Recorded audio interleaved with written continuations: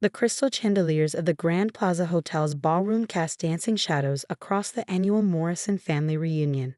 I adjusted my simple black dress, feeling distinctly out of place among the designer labels and diamond jewelry that adorned my more successful relatives. At 35, I was the family's designated disappointment, or so they thought. "Anna, there you are." My cousin Victoria's voice carried across the room with practiced authority. She was impeccably dressed in a Chanel suit, her recent promotion to executive vice president at Morrison Technologies evident in her bearing. We were just discussing everyone's achievements this year. I fought the urge to check my phone, where an urgent email about tomorrow's billion-dollar merger sat unanswered. Instead, I plastered on a polite smile and braced myself for the annual ritual of subtle degradation. "Hello, Victoria. Congratulations on your promotion." I kept my voice neutral, remembering the stack of confidential documents in my home office that bore Victoria's increasingly desperate signature requests from the past month. "Thank you, darling." She air-kissed my cheek, her perfume expensive and overwhelming. "Though I'm surprised you heard about it, given how disconnected you are from the corporate world." She gestured to our gathered relatives. "We were just discussing how everyone's doing so well. James made partner at his law firm. Sarah's running her department at Goldman Sachs. And of course, I'm handling Morrison Tech's biggest merger yet." Aunt Eleanor, Victoria's mother and my father's sister, joined us, champagne flute in hand. "And what about you, Anna? Still doing that consulting thing?" The way she said consulting made it sound like I was selling magazine subscriptions door to door. If only they knew that Phoenix Consulting Group, the firm they dismissed so easily, was actually. "Yes, Aunt Eleanor. Still consulting." I sipped my water, thinking of the meeting scheduled for tomorrow morning. The meeting where Morrison Technologies' fate would be decided, though Victoria didn't know that yet. 10 years, Victoria mused, shaking her head with exaggerated concern. 10 years since you left that promising position at Anderson & Co. to find your own path. And what do you have to show for it? A small consulting practice that nobody's ever heard of. I thought about the private island I purchased last month, the 3 homes in different countries, and the fact that I was Victoria's boss's boss's boss.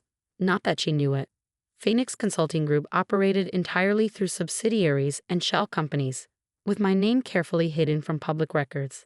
As the founder and CEO, I'd built it into one of the most powerful consulting firms in the world, specializing in corporate restructuring and major mergers.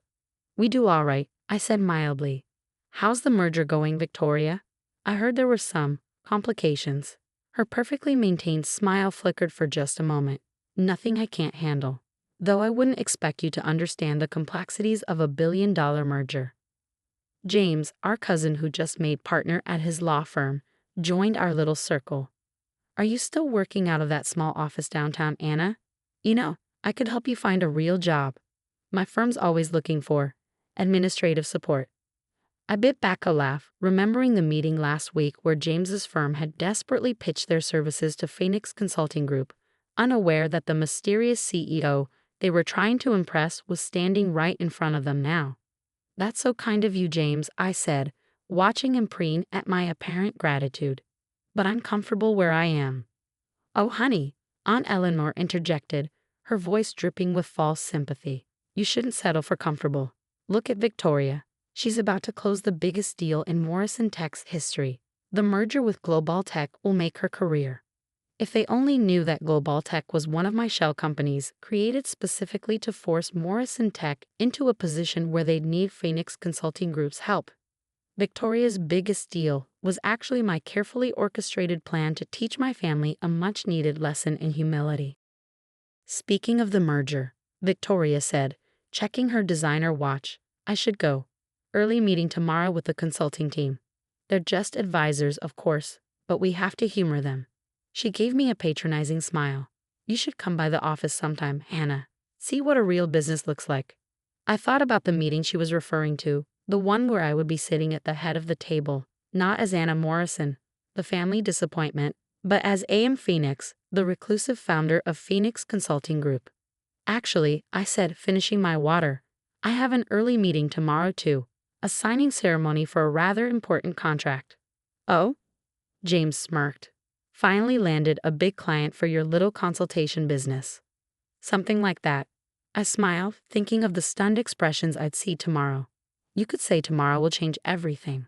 As I left the reunion, I heard Victoria's carrying whisper, "Poor Anna, still a nobody after all these years. What a waste of potential."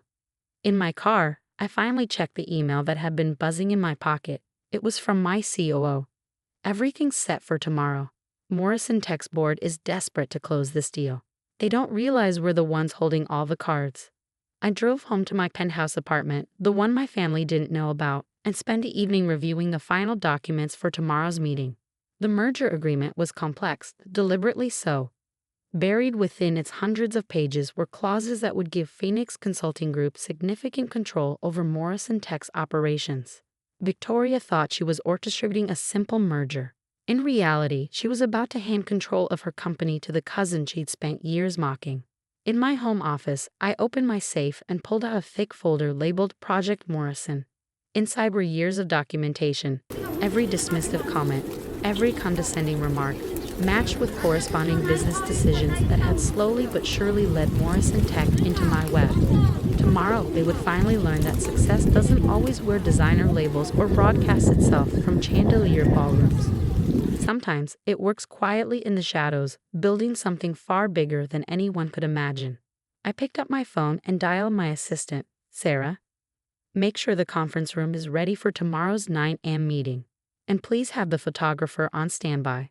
I want to capture every moment when the Morrison family realizes who really runs Phoenix Consulting Group."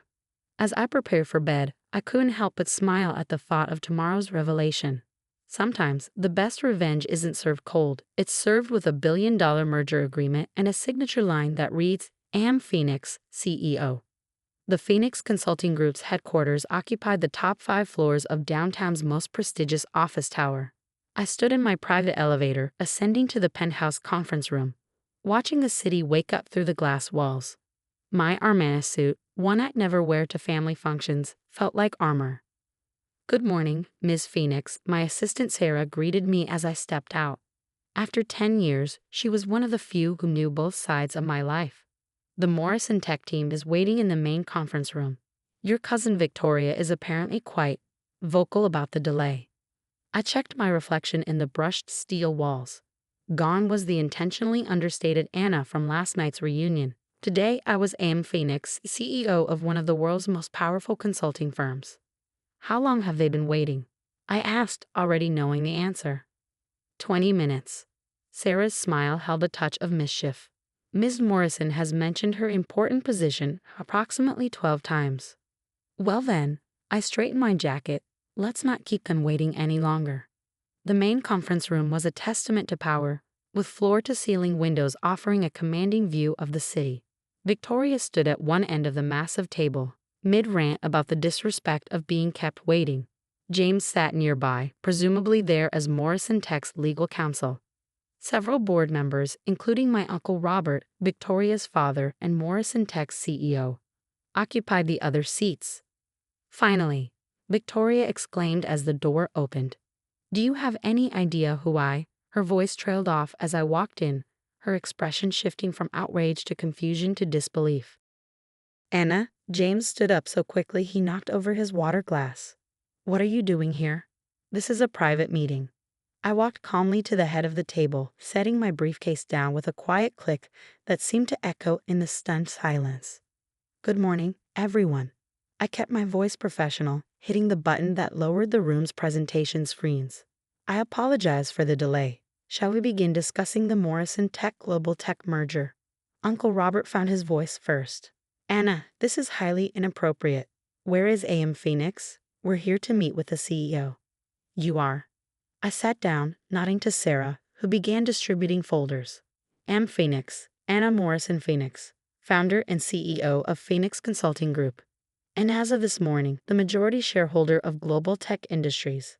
The silence that followed was absolute. Victoria had gone pale, her designer dress suddenly seeming like a child's costume. James was frantically flipping through the documents Sarah had distributed, his legal training kicking in as he searched for a loophole, any loophole. This is impossible," Victoria stammered. "You're just a small-time consultant. You work out of a tiny office downtown." "That office?" I smiled. It's one of our meeting spaces for local clients. Phoenix Consulting Group operates in 47 countries, Victoria. We own this building. And as of today, we're about to own a controlling interest in Morrison Technologies. I stood up, clicking through presentation slides that detailed exactly how I'd built my empire while my family was busy underestimating me.